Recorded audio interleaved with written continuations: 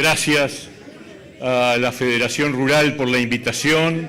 Éxitos en este congreso que ya es el 102 congreso anual, una institución que ha marcado siempre el camino en lo que es el sector agropecuario y con lo que nos sentimos muy cómodos de acompañar hoy en esta invitación. Un saludo en particular a la Asociación Rural de Paso de los Toros, anfitriona de este evento, y un saludo al amigo Eber da Rosa, intendente de Tacuarembó y anfitrión también de esta localidad.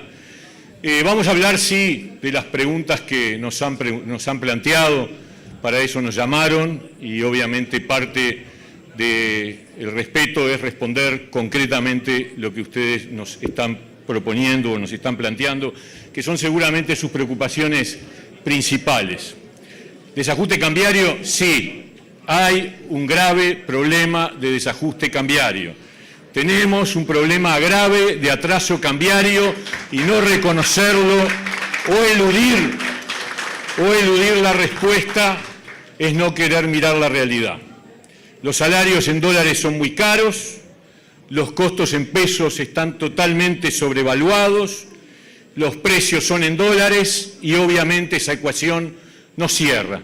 Y no es verdad que el régimen cambiario es un régimen de libre flotación, porque el Banco Central del Uruguay está permanentemente interviniendo en el precio del dólar.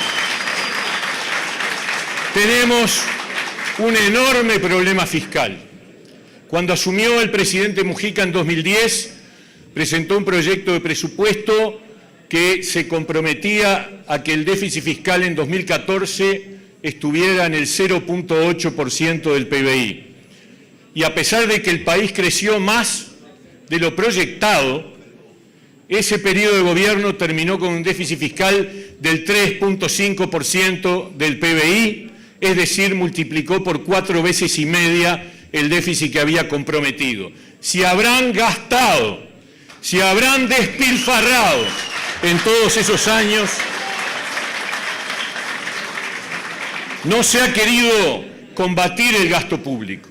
Es más, cuando asumió el actual gobierno, el ministro de Economía, Danilo Astori, dijo que era un déficit fiscal muy alto y se comprometió a reducirlo modestamente en todo el periodo, propuso la meta y se comprometió a bajarlo al 2.5%.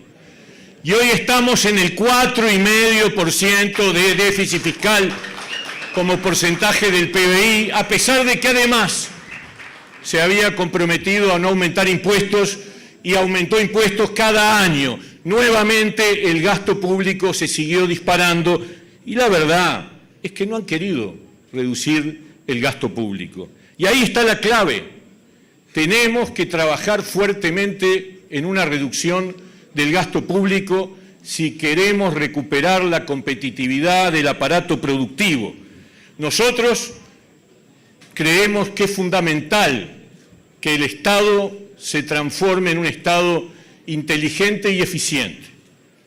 Y eso implica un análisis con lupa de todas las oficinas y reparticiones del Estado, donde hay gorduras, donde hay gastos prescindibles, donde hay despilfarros, donde hay un uso realmente inaceptable de los recursos públicos. Y tenemos, con mucha modestia lo digo, al mejor en materia de reforma del Estado, que es nuestro compañero Conrado Ramos, que es alguien que puede hacer un estudio cabal de todo el funcionamiento del Estado, reduciendo de manera significativa el gasto. Hay que eliminar los gastos superfluos, hay que reducir el gasto político. Yo digo que al Partido Independiente, si mañana le toca estar en el gobierno, cogobernar o marcar la cancha, le vamos a exigir al próximo presidente que reduzca al menos a la mitad los cargos de confianza a lo largo y ancho del aparato del Estado. Hay que eliminar los adscriptos de los ministros. ¿Quién sabe qué son los adscriptos de los ministros? Un invento de 2010 que sigue existiendo hasta hoy. El que tiene menos adscriptos, el ministro que tiene menos adscriptos tiene 5 o 6. ¿Qué son? asesores con muchos sueldos, que nadie sabe qué hacen. Hay algún ministro que hasta tiene 12 o 13 adscriptos. Hay que eliminar, sin ninguna duda, esos gastos superfluos que suponen un gasto político indebido. Y hay que aprobar una ley en 2020, topeando la ejecución del gasto, porque ustedes saben que el 2020 ya viene marcado por el presupuesto nacional del 2015. Por lo tanto, hay que frenar ya, desde el primer día en que asume un nuevo gobierno. Es absolutamente indispensable al mismo tiempo impulsar una estrategia fuerte, decidida y urgente de apertura del Uruguay al mundo. Hay que abrir los mercados internacionales.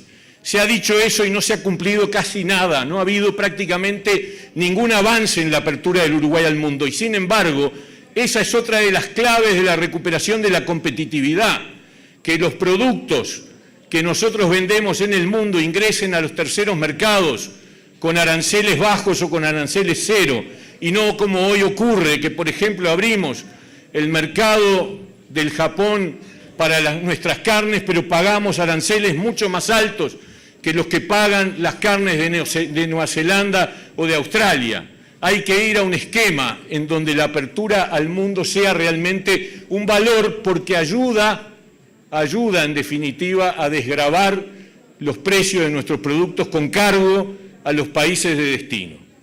En segundo lugar, las políticas energéticas. Es verdad que ha habido un éxito en la diversificación de la matriz energética. Yo diría, de todos los acuerdos que firmamos en 2010, fue el único que funcionó y fue un acuerdo multipartidario, de modo que la diversificación de la matriz energética es un logro compartido de todos los partidos que trabajamos en la elaboración de aquel documento de 2010. ¿Pero qué pasó? Hemos resuelto el problema de abastecimiento de la energía, pero esos logros no se han trasladado ni a los hogares, ni tampoco al sector productivo, que sigue pagando los costos energéticos con el mismo valor y con el mismo peso que tenía antes, cuando no existía esa diversificación y por lo tanto esa abundancia. ¿De qué nos sirve que la UTE tenga un gran superávit si no se traslada a las tarifas que tienen que ver directamente con las posibilidades de eficiencia en la producción nacional? Hay que actuar sobre las tarifas de los dos componentes principales en la construcción de la producción: la energía eléctrica y el combustible, el gasoil.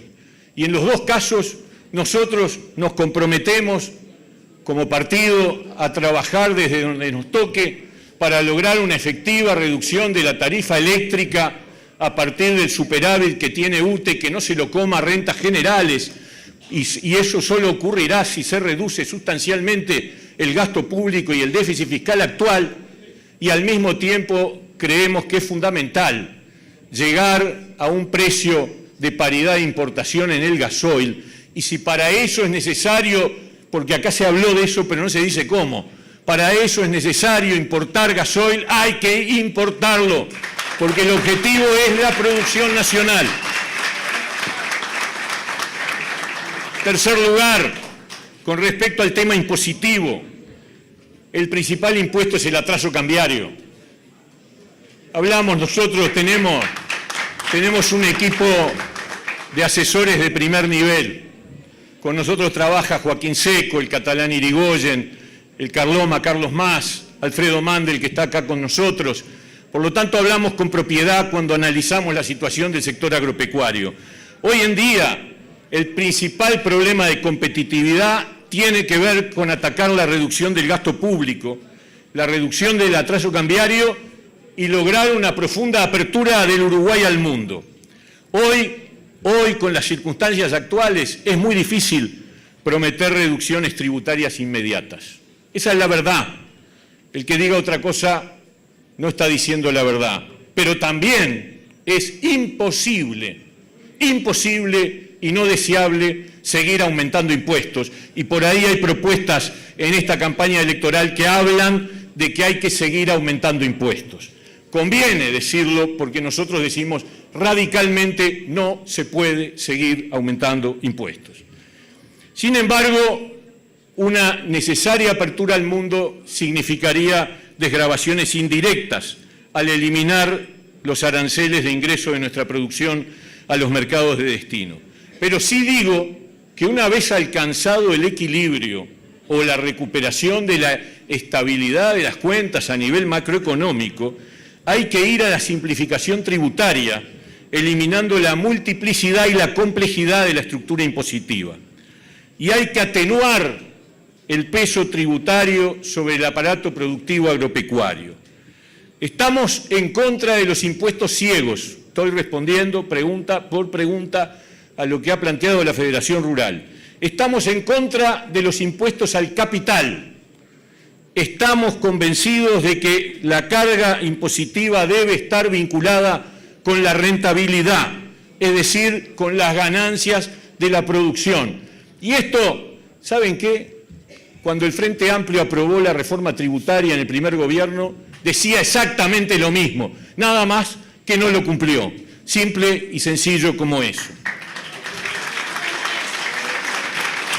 Por lo tanto, desde el Partido Independiente, nuestro compromiso en el sentido de avanzar en la línea de basar la estructura tributaria en la renta y no en los impuestos ciegos que afectan el capital. Finalmente, sobre las relaciones laborales, hay que cumplir con las normativas de la OIT. Hace años que el Uruguay está en falta con la Organización Internacional del Trabajo. Por lo tanto, digámoslo de una vez por todas, hay que prohibir las ocupaciones de los lugares de trabajo como extensión del derecho de huelga. Hay que recrear la confianza en el Estado como árbitro, garante y neutral en las negociaciones entre empleadores y sindicatos. Yo creo que hay que mantener los consejos de salarios y la negociación colectiva, pero hay que modernizar las negociaciones salariales. Hay que flexibilizar las negociaciones salariales por sectores para atender las diversidades regionales. No es lo mismo la zona de frontera, el litoral, el centro, la zona metropolitana, no es lo mismo unidades productivas de un tamaño que de otro. Hay que atender esa diversidad y actuar en función de las realidades diversas que tiene nuestro país. El Estado debería acordar con la central sindical y con las gremiales empresariales los grandes lineamientos de acuerdos salariales, tomando en cuenta referencias macroeconómicas como los niveles de inflación y de empleo en el mediano plazo.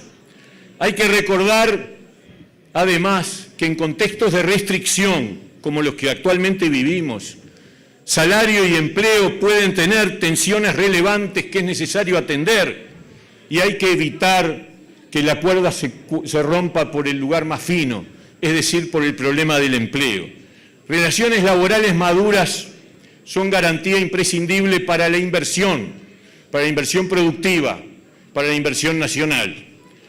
Termino y voy a cumplir con los 15 minutos. Termino diciendo, lo cual no es menor, hay que cumplir con los objetivos. Termino diciendo que la clave de la recuperación del crecimiento es la recuperación de la competitividad.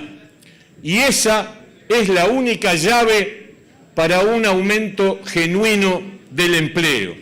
No hay magia en materia de prometer trabajo y puestos de trabajo. La única forma es generar el crecimiento productivo de la economía.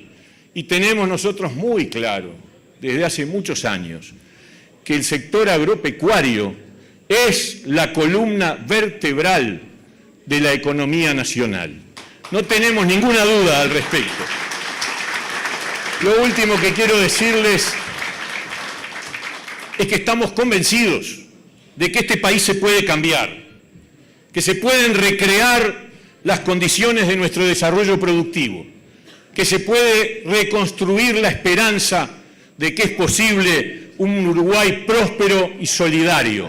Ese es el camino que tenemos que transitar. Muchas gracias.